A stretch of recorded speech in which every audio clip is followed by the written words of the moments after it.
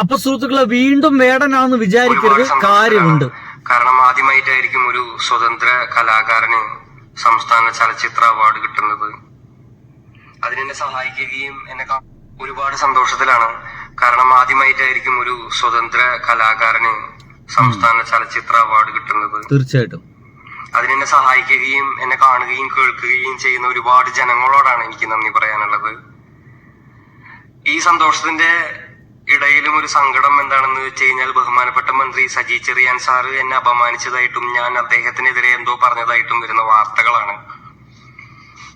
ഒരു കലാകാരൻ എന്നുള്ള നിലയ്ക്ക് എന്നെ അപ്രിഷിയേറ്റ് ചെയ്യുകയും എന്നെ അംഗീകരിക്കുകയും ചെയ്യുന്ന ഒരാളാണ് ബഹുമാനപ്പെട്ട മന്ത്രി.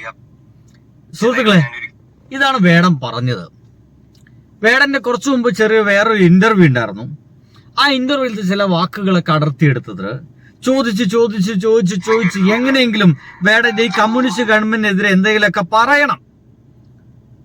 അങ്ങനെ ആ പറഞ്ഞതിന്റെ ഭാഗമായിട്ട് വേടനിതാ സജി ചെറിയാനെ എതിർത്ത് പറഞ്ഞിരിക്കുന്നു. വേടനിതാ ഇനി സജി ചെറിയാനെതിരെ പാട്ട് എഴുതാൻ പോകുന്നു, സജി ചെറിയാൻ പറഞ്ഞതിനെതിരെ പാട്ട് എഴുതാൻ പോകുന്നു എന്ന രീതിയിലൊക്കെയാണ് ഇപ്പോൾ വ്യാഖ്യാനങ്ങൾ എത്തിയിരിക്കുന്നത്. ഒന്ന് കണ്ടോക്കി. ഇതിന് തൊട്ട് മുമ്പുണ്ടായ ഒരു വീഡിയോ എങ്ങനെയാണ്?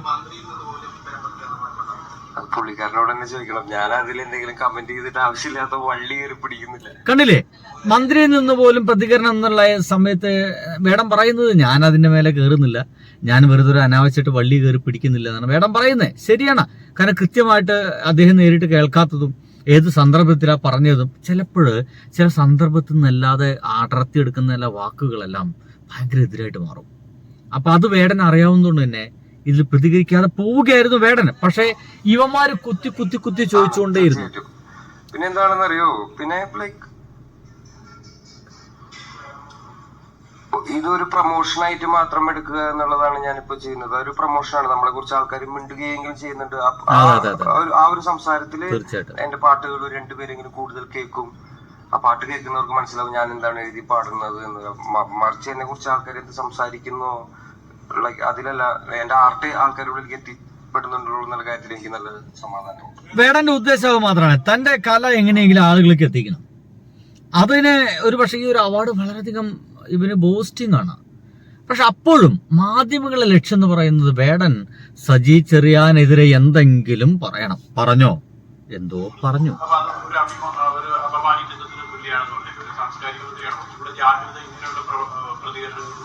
അത് മന്ത്രിയോട് ചോദിക്കണത്. എനിക്ക് 31 വയസ്സായി. ഞാൻ 31 വർഷമായിട്ട് കേരളത്തിലാണ് ജീവിക്കുന്നത്. ഞാൻ പാട്ടിലൂടെ പ്രതികരിക്കുമല്ലോ. പാട്ടാണല്ലോ എന്റെ മാധ്യമം. പാട്ടിലൂടെ പ്രതികരിച്ചിരിക്കും. ഈ ഒരു വാക്കാണ് സത്യം പറഞ്ഞു കഴിഞ്ഞാല് ഇപ്പോൾ സജി ചെറിയാനെതിരായിട്ടിരിക്കുന്നത്. ഞാൻ പാട്ടിലൂടെയാണല്ലോ പ്രതികരിക്കുക, ഞാൻ പാട്ടിലൂടെ പ്രതികരിക്കുമല്ലോ എന്ന് പറയുന്നത്. അത് ഇവിടെയുള്ള എല്ലാ തരത്തിലുള്ള സാംസ്കാരിക മൂല്യച്യുതികൾക്കെതിരെയുള്ള പ്രതികരണമാണ്. പക്ഷേ അത് മാധ്യമങ്ങൾ വേടൻ സജി ചെറിയാനെതിരെ സംസാരിച്ചു എന്ന രീതിയിലാണ് ഇപ്പോൾ കൊടുത്തുകൊണ്ടിരിക്കുന്നത്. അതിനെതിരെയാണ് ഇപ്പോൾ വേടൻ പുറത്തിറങ്ങിയത്. എന്തൊക്കെയായാലും വേടനെതിരെ സജി ചെറിയാൻ പറഞ്ഞോ ഇല്ലയോ എന്നതിനേക്കാൾ അപ്പുറത്ത് വേടനെ പോലുള്ള ആളുകൾ അംഗീകരിക്കാൻ ഇപ്പോഴും നമ്മുടെ മലയാളി സമൂഹത്തിന് ഭയങ്കര മടിയുണ്ട് എന്നുള്ളതാണ്. നമ്മുടെ നഞ്ചിയമ്മയ്ക്ക് പാട്ട് കിട്ടിയ സമയത്ത് നമ്മുടെ സാംസ്കാരിക കേരളത്തിലുണ്ടായ അവരുടെ ഒരു വരട്ടുചുരു അതിഭീകരമായിരുന്നു. കാരണം നഞ്ചിമ്മയെ പോലുള്ള ആളുകൾക്കൊന്നും ഒരു കാരണവശാലും അവാർഡ് കിട്ടരുതെന്നൊക്കെ ആഗ്രഹിക്കുന്ന ഒരു വലിയ ബഹുജന സമൂഹം നമ്മുടെ നാട്ടിലുണ്ട് എന്നുള്ളതാണ്. അപ്പൊ അന്ന് ഒച്ചമ്പെളുണ്ടാക്കിയ ടീമിന്റെ അതേ ആളുകളാണ്, അതിന്റെ ബാക്കിയാണ്, അതിന്റെ മക്കളാണ് ഇപ്പൊ ഈ പുതിയ കാലഘട്ടത്തിലും വേടനെതിരൊക്കെ അവാർഡ് കിട്ടിയപ്പോൾ പ്രതികരിച്ചുകൊണ്ടേയിരിക്കുന്നത്. ഒരു സംശയമില്ല, അത്തരം ആളുകളൊക്കെ നിരന്തരം നമ്മുടെ സമൂഹത്തിൽ ഉണ്ടാവും എന്നുള്ളതാണ്. അവർക്കൊന്നൊരു മാറ്റം വരാൻ പോകുന്നില്ല. അവരൊക്കെ മാറുന്നൊരു കാലം വരും എന്നൊക്കെ വിചാരിക്കുന്ന പോലും വെറുതെ തോന്നുന്നുണ്ട്. സുഹൃത്തുക്കളെ, ഞാൻ അവസാനിപ്പിക്കട്ടെ. നമുക്ക് അടുത്ത ദിവസം കാണാം. ബൈ.